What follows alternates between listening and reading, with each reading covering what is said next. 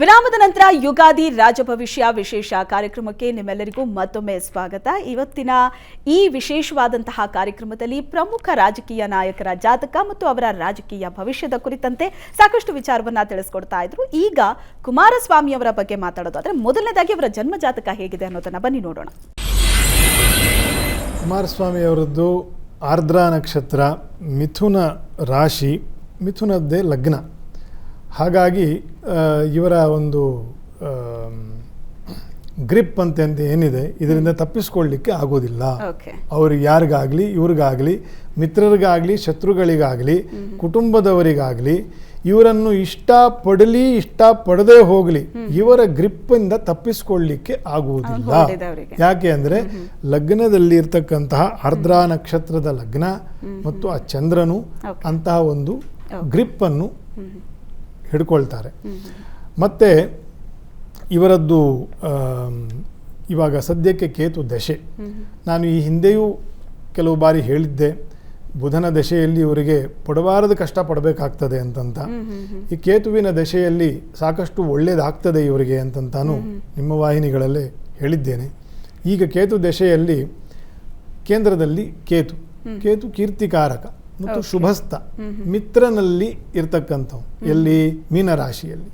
ಮೀನರಾಶಿಯಲ್ಲಿ ಕೇತು ಇದ್ದಾಗ ಗುರುವಿನ ಸಂಘವನ್ನು ಮಾಡ್ತಕ್ಕಂಥವನು ಅಂತ. ಈಗ BJP ಸಂಘ ಮಾಡಿದ್ರೋ ಇಲ್ವೋ? ಜ್ಯೋತಿಷ್ಯವನ್ನು ಚೆನ್ನಾಗಿ ಅರ್ಥ ಮಾಡ್ಕೊಳ್ಳಿಕ್ಕೆ ಇಂಥ ಸಣ್ಣ ಸಣ್ಣ ಮುಖ್ಯ ವಿಷಯಗಳನ್ನು ಚೆನ್ನಾಗಿ ತಿಳ್ಕೊಂಡ್ರೆ ಅರ್ಥ ಆಗ್ತದೆ. ಇಷ್ಟು ವರ್ಷ ಯಾಕೆ ಬುದ್ಧಿ ಬರಲಿಲ್ಲ? ಅದು ದಶೆಯು ಹಾಗಿರಲಿಲ್ಲ. ಹಾಗಾಗಿ ಕೇತುವಿನ ದಶೆ, ಮೀನರಾಶಿಯಲ್ಲಿ ಇರ್ತಕ್ಕಂತಹ ಕೇತುವಿನ ದಶೆ, ಚತುರ್ಥದಲ್ಲಿ ರಾಹು, ದಶಮದಲ್ಲಿ ಕೇತು. ಇದು ಒಂದು ರಾಹು ಕೇತುಗಳ ವಿಶೇಷ ಯೋಗ. 4ನೇ ಮನೆಯಲ್ಲಿ ದಿಗ್ಬಲವನ್ನು ಹೊಂದಿರತಕ್ಕಂತಹ ರಾಹು, ಕೇತು ದಶಮದಲ್ಲಿ ಇರ್ತಕ್ಕಂತಹ ಅದೊಂದು ಬಹಳ ವಿಶಿಷ್ಟವಾಗಿರ್ತಕ್ಕಂತಹ ಯೋಗ.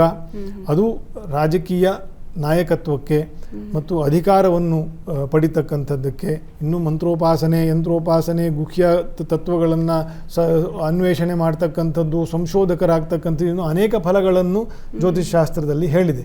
ಇವರ ರಾಜಕೀಯ ವಿಷಯವು ಹಾಗೆ ಇರೋದರಿಂದ ಈಗ ಕೇತುವಿನ ದಶೆ, ಶನಿಯ ಭುಕ್ತಿ ನಡೀತಾ ಇರೋದರಿಂದ ರೀಸೆಂಟಾಗಿ ಪುನಃ ಅವರು ಆಸ್ಪತ್ರೆಗೆ ಅಡ್ಮಿಟ್ ಆಗಿರ್ತಕ್ಕಂಥದ್ದು, ಆಪರೇಷನ್ ಮಾಡಿಸ್ಕೊಂಡಿರ್ತಕ್ಕಂಥದ್ದು, ಇದೆಲ್ಲವೂ ಕೂಡ ಈ ಕೇತುವಿನ ದಶೆಯಲ್ಲಿ ಶನಿಯ ಭುಕ್ತಿಯ ಕಾಲದಲ್ಲಿ ನಡೀತಕ್ಕಂಥದ್ದು. ಇವರಿಗೆ ಇರ್ತಕ್ಕಂತಹ ಓವರಾಲ್ ಕೈಯಲ್ಲಿ ಇರ್ತಕ್ಕಂತಹ ಅಧಿಕಾರಗಳು ಹೆಚ್ಚು ಕಮ್ಮಿ ಹಾಗೇ ಇರ್ತದೆ. ಆಯಿತಾ? ಇವರು ವಿಶೇಷ ಕಾಳಜಿ ವಹಿಸಬೇಕಾಗಿರೋದು ಅಥವಾ ಸಮಸ್ಯೆ ಇವರಿಗಿರೋದು ಒಂದು ಗುರುವಿನ ಬಾಧೆ ಇದೆ ಇವರ ಜಾತಕದಲ್ಲಿ, ಮತ್ತು ಅವರಿಗೆ ಆರೋಗ್ಯದ ಸಮಸ್ಯೆ ಇರ್ತದೆ. ಇನ್ನು ಮೈತ್ರಿ ಮಾಡಿಕೊಂಡು ಈಗ JDS ಮುಂದೆ ನುಗ್ಗುತ್ತಾ ಇದೆ. ಈಗ ಕಳೆದ ಬಾರಿ ಕಾಂಗ್ರೆಸ್ ಜೊತೆ ಮೈತ್ರಿ ಮಾಡ್ಕೊಂಡಿದ್ದರ ಬಗ್ಗೆ ಕುಮಾರಸ್ವಾಮಿ ಅವರು ಸಾಕಷ್ಟು ಬೇಜಾರು ಮಾಡ್ಕೊಂಡಿದ್ರು. ಈಗ BJP ಜೊತೆ ಮೈತ್ರಿ. ಸೊ ಈ ಮೈತ್ರಿ ಯಾವ ರೀತಿ ಮುಂದುವರ್ಕೊಂಡು ಹೋಗುತ್ತೆ? ಈ ಬಾರಿ ಲೋಕಸಭೆ ಚುನಾವಣೆ 3 ಕ್ಷೇತ್ರ JDSಗೆ ಅಂತ. ಸೊ ಇಲ್ಲಿ ಯಾವ ರೀತಿಯಾದಂತಹ ಪರ್ಫಾರ್ಮ್ ಆಗುತ್ತೆ ಕುಮಾರಸ್ವಾಮಿ ಅವರ ನೇತೃತ್ವದಲ್ಲಿ? ಅಂದರೆ ಮೈತ್ರಿ ಬಗ್ಗೆ ನಾವು ನೋಡೋದು ಅಂತ ಆದರೆ ಇದು ಅವ್ರಿಗೆ ಅಸಮಾಧಾನ ಆಗುತ್ತೆ. ಕಾರಣ ಏನು ಅಂತಂದ್ರೆ ಅವ್ರಿಗೆ ಏನು ಬೇಕೋ ಅದೆಲ್ಲವೂ ಸಿಗಬೇಕು ಅಂತಿಲ್ಲ. ಜಾತಕದ ಪ್ರಕಾರ ಸಿಗೋದು ಇಲ್ಲ. ಏನು ಸಿಕ್ಕಿದಲ್ಲಿ ಸಂತೋಷ ಇದೆಯಾ ಅಂತಂದ್ರೆ ಅದು ಇರೋಲ್ಲ. ಯಾಕೆ ಅಂತಂದ್ರೆ ಅವರಿಗೆ ಮಿಥುನ ರಾಶಿ ಅಂತ ಹೇಳಿದ್ರೆ ಅವರು ಹಂಚಿಕೊಂಡೇ ತಿನ್ನಬೇಕೇ ಹೊರತು ಸ್ವತಃ ತಾವೇನು ಮುಂದೆ ನಿಂತು ಹೋಗುವಂತಹ ಯೋಗಗಳಿಲ್ಲ. ಆದರೆ ಈ ನಮಗೆ ದಶಾಭುಕ್ತಿಗಳು, ಅಂತರ್ಭುಕ್ತಿಗಳು ಇದೆಲ್ಲ ನಾವು ಗಮನಿಸುವಾಗ ಅಂದರೆ ಏನು ನಮಗೆ ದಶಾಭುಕ್ತಿಗಳು ನಡೀತಾ ಇದೆ, ಕೇತು ದಶೆಯಲ್ಲಿ ಶನಿ ಭುಕ್ತಿ, ಆ ಕೇತು ಅಲ್ಲಿ ಬ್ರಹ್ಮಕ್ಷತ್ರ ವಿರೋಧ ಶತ್ರುಜ ಭಯಂ ಅಂತ ಹೇಳ್ತಾರೆ. ಅಂದ್ರೆ ಇಲ್ಲಿಸಲ್ಲದೆ ಸುಮ್ಮನೆ ತಮ್ಮ ಮೇಲೆ ಒಂದು ಆಪಾದನೆಗಳು ಬರುವಂತಹದ್ದು, ಬೇಡದ ಕೆಲಸಕ್ಕೆ ಕೈ ಹಾಕುವಂತಹದ್ದು, ಇದೆಲ್ಲವೂ ಕೂಡ ಆ ಬುದ್ಧಿ ಕೊಡ್ತಾನೆ ಕೇತು. ಅದರ ಜೊತೆಗೆ ಶನಿಯ ಭುಕ್ತಿ ಅಂದ್ರೆ ಇಬ್ಬರು ಪಾಪಗ್ರಹದ್ದೇ ನಡೀತಾ ಇರೋದ್ರಿಂದ ಮೈತ್ರಿ ಮಾಡಿಕೊಂಡ್ರೂ ಕೂಡ ಮೈತ್ರಿಯಿಂದ ಯಾವ ಲಾಭವನ್ನು ಅವರು ಪಡೆದುಕೊಳ್ಳಬೇಕು ಅನ್ನುವಂಥ ಆಲೋಚನೆ ಇದೆ. ಅದು ಸಿಗೋದು ಸ್ವಲ್ಪ ಕಷ್ಟ ಇದೆ ಅವರಿಗೆ. ಯುಗಾದಿಯ ಈ ಸಂದರ್ಭದಲ್ಲಿ ನಮ್ಮ ಭವಿಷ್ಯ ತಿಳ್ಕೊಳ್ಳೋದ್ರ ಜೊತೆಗೆ ನಮ್ಮ ರಾಜಕೀಯ ನಾಯಕರ ಭವಿಷ್ಯ ತಿಳ್ಕೋಬೇಕು ಅನ್ನೋ ಕುತೂಹಲ ಕೂಡ ಜನಕ್ಕೆ ಇತ್ತು. ನಮ್ಮ ರಾಜ್ಯದ, ದೇಶದ ನಾಯಕರ ಭವಿಷ್ಯ ಮತ್ತು ನಮ್ಮ ದೇಶ, ರಾಜ್ಯದ ರಾಜಕೀಯ ಭವಿಷ್ಯ ಹೇಗಿದೆ ಅನ್ನೋದರ ಬಗ್ಗೆ ಇವತ್ತಿನ ಯುಗಾದಿಯ ಈ ವಿಶೇಷ ಕಾರ್ಯಕ್ರಮದಲ್ಲಿ ತಿಳಿಸ್ಕೊಟ್ಟಿದ್ದೀರಿ. ಧನ್ಯವಾದಗಳು ಕಶ್ಯಪ್ ಅವರೇ. ಧನ್ಯವಾದಗಳು ಆಚಾರ್ಯರೇ. ನಮಸ್ಕಾರ.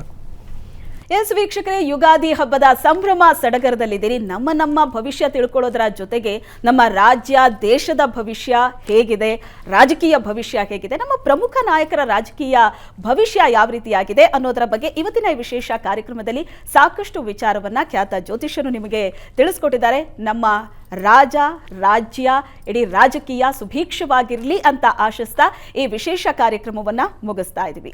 ನೇರ ದಿಟ್ಟ ನಿರಂತರ ಸುದ್ದಿಗಾಗಿ ನೋಡ್ತಾ ಇರಿ ಏಷ್ಯಾನೆಟ್ ಸುವರ್ಣ ನ್ಯೂಸ್.